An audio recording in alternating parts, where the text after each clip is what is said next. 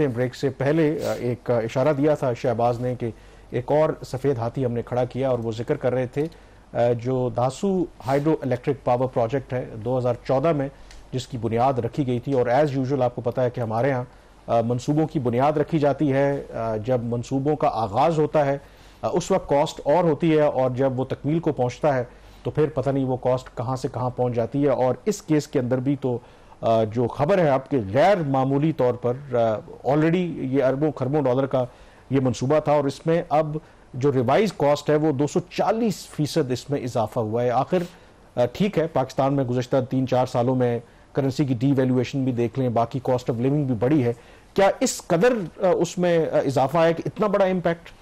कामरान, जो public sector की जो बैड गवर्नेंस है, बैड मैनेजमेंट, बैड एग्जीक्यूशन का एक क्लासिकल ये केस है। 2013 में जब PMLN की गवर्नमेंट बनी तो इनके पास दो चॉइसेस थी, दयामिर बादशाह डैम बनाना है या दासू हाइड्रो पावर प्रोजेक्ट बनाना है।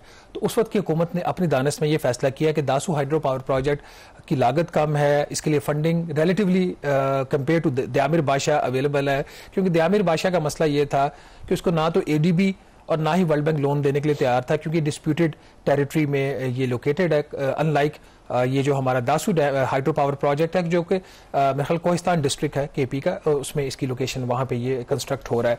तो दासू हाइड्रो पावर को पिक किया गया, वर्ल्ड बैंक ने उस वक्त $588 मिलियन का एक लोन भी इसके लिए अप्रूव कर दिया गया। इनिशियल कॉस्ट कामरान इसकी थी 486 अरब रुपया। 2014 में ये प्रोजेक्ट अप्रूव हो जाता है और इसकी जो कंप्लीशन डेट थी वो 2019 थी। लेकिन एज यूजुअल जैसे आपने बोला कि कॉस्ट एस्केलेशन आती रहती हैं, पहली कॉस्ट इसकी एस्केलेशन आई 2019 में जब इसको मुकम्मल हो जाना चाहिए था। प्रोजेक्ट की कॉस्ट में इजाफा कुछ ज्यादा नहीं था, 511 अरब रुपया कर दिया गया।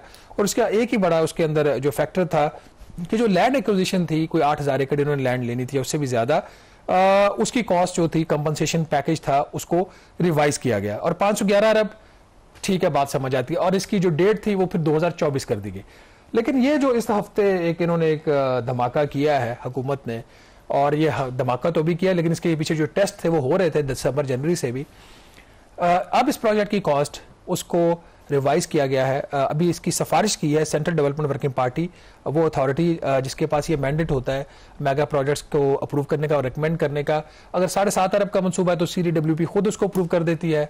तो अगर 7.5 अरब रुपए से ज्यादा है तो वो फिर चला जाता है executive committee of national economic council को, जिसकी सरबराही इस वक्त डिप्टी प्राइम मिनिस्टर कर रहे हैं सागदार साहब।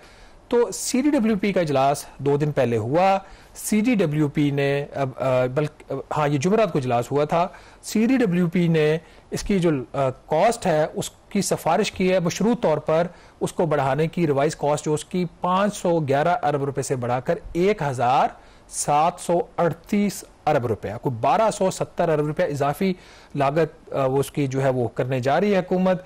मशरूत इसकी अभी रिकमेंडेशन है टू द एक्निंग, मशरूत ये है कि जी उस पर कुछ सवालात खड़े कर दिए हैं प्लानिंग मिनिस्टर ने कि इनके जवाब दे दें तो ठीक है। अब वो सवालात ऐसे उसके बड़े आराम से हमारे पास कोई रिकॉर्ड तो नहीं है, बट जैसे हमारे यहाँ कॉस्ट एस्केलेशन होती रहती है, बट आई थिंक ये पाकिस्तान की हिस्ट्री की कोई भी अगर जो मंसूबा है सबसे ज्यादा एस्केलेशन होगी। लेकिन 240% हो सकता है कि वो नीलम झेलम प्रोजेक्ट हो, उसका भी इसी किस्म का हाल था, जो वो भी हार्डली बैड मिसमैनेज था, वो भी वापटा के जो मैं पढ़ा।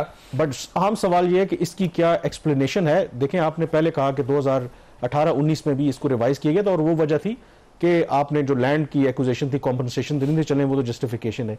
क्या 240% जो इंक्रीज है, क्या उसके साथ जो भी लोग हैं क्या उन्होंने बताया कि क्या वजह? 511 अरब का मंसूबा 1740 अरब रुपए पे चला जाता है और बातें की जाती है, गुस्सा दिखाया जाता है कि जी ये कैसे हो गया। जैसे अब इसकी मिसमैनेजमेंट की एग्जांपल यहां से ले लीजिए कि in violation of the ethnic direction, ये मैं नहीं कह रहा, एहसन इकबाल कह रहे हैं, इंडिपेंडेंट प्रोजेक्ट डायरेक्टर ही कोई नहीं है जो इस प्रोजेक्ट को एग्जीक्यूशन करवा सकता। दूसरा, कोई चीफ फाइनेंस ऑफिसर इसका कोई है ही नहीं। इंडिपेंडेंट की बात हो रही, वापडा मैनेज कर, उसने अपने बंदे लगाए हुए होंगे, ये मैं नहीं कह रहा। अगेन एहसन इकबाल कर, एहसन इकबाल ने इस पे कोई दर्जन भर सवाल जो है वो खड़े कर दिए हैं। अब दो चीजें जो है इसके अंदर, जो कॉस्ट कहां से बढ़ी है, इसमें कुछ तो जस्टिफाइबल चीजें जैसे सिक्योरिटी। आपको पता है ये वो प्रोजेक्ट है दासू हाइड्रो पावर प्रोजेक्ट जिसके ऊपर 2 दफा टैक्स हो चुके हैं, जिसमें कम से कम 15 चाइनीज नेशनल जो है इसमें हलाक हुए हैं, 5 पाकिस्तानी नेशनल हलाक हुए हैं, कोई 30 के से ज्यादा लोग जख्मी भी हुए हैं। 2021 में अटैक हुआ है, कभी 2024 में हुआ। अब अगर ना इसको सिर्फ आपको कॉस्ट का ब्रेकअप दे दें, उसके बाद फिर बताएं कि इंक्वायरी भी हुई, उसने किस पे क्या जिम्मेदारी डाली। इसका जो सिविल वर्क का जो कॉस्ट थी इसकी 224 अरब रुपए से बढ़कर आप ये स्क्रीन पे देख सकते हैं 771 अरब रुपया होगी। सिविल वर्क्स की जो कॉस्ट में एस्केलेशन है ये 243%। इलेक्ट्रिकल एंड केमिकल वर्क्स, इसकी जो कॉस्ट थी 54 अरब से बढ़कर 87 अरब रुपए होगी, 61% इंक्रीज। सोशल जो कॉस्ट थी इस प्रोजेक्ट की, उसमें 57 अरब रुपए से इसको बढ़ाकर 140 अरब रुपए कर दिया गया, 144% increase. Security is the area जहां पे हम कह सकते हैं कि वाकई खर्चा होना चाहिए था, वो किया गया। 1.5 अरब रुपए की लागत थी, उसको बढ़ाकर तकरीबन 50 अरब रुपए के करीब कर दिया गया। तो ये सिर्फ 48 अरब रुपए का इंपैक्ट है, इससे 1270 अरब रुपया जस्टिफाइड नहीं होता। एडमिनिस्ट्रेशन कॉस्ट जिसके ऊपर गौर करने की जरूरत है, एडमिन कॉस्ट जो थी इस प्रोजेक्ट की वो 13 अरब रुपए थी, जिसको बढ़ाकर 54 अरब रुपया किया गया, जिसमें फिर इसी तरीके से जो कंसल्टेंसीज थी उसके लिए 8 अरब रुपया रखा गया, उसको बढ़ाकर अब 56 अरब रुपया कर दिया गया।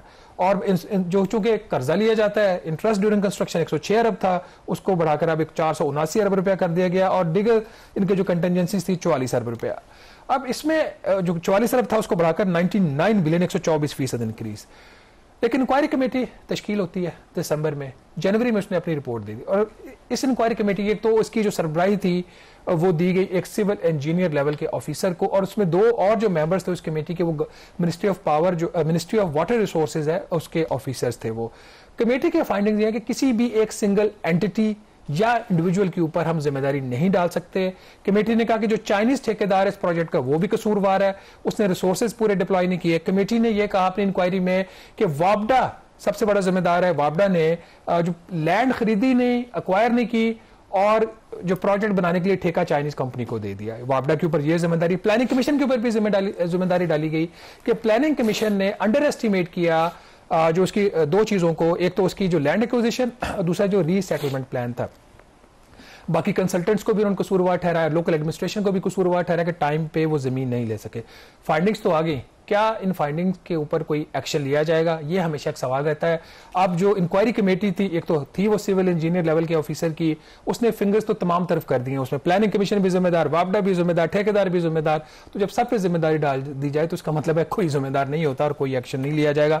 बहुत बड़ा स्कैंडल है। मेरा ख्याल है कि इस पे प्राइम मिनिस्टर साहब को खुद देखना चाहिए, और स्वाय कमेटीज के यहाँ पे कोई एक्शन भी लेने की कोई बात होनी चाहिए। अदरवाइज हर प्रोजेक्ट इसी तरीके से 500 अरब का आएगा और 1700 अरब रुपए में मंजूर हो जाएगा। यहाँ पे छोटी सी ब्रेक लेंगे और ब्रेक के बाद वापस आएंगे तो बात करेंगे इंटरनेशनल रिलेशंस की। Stay with us.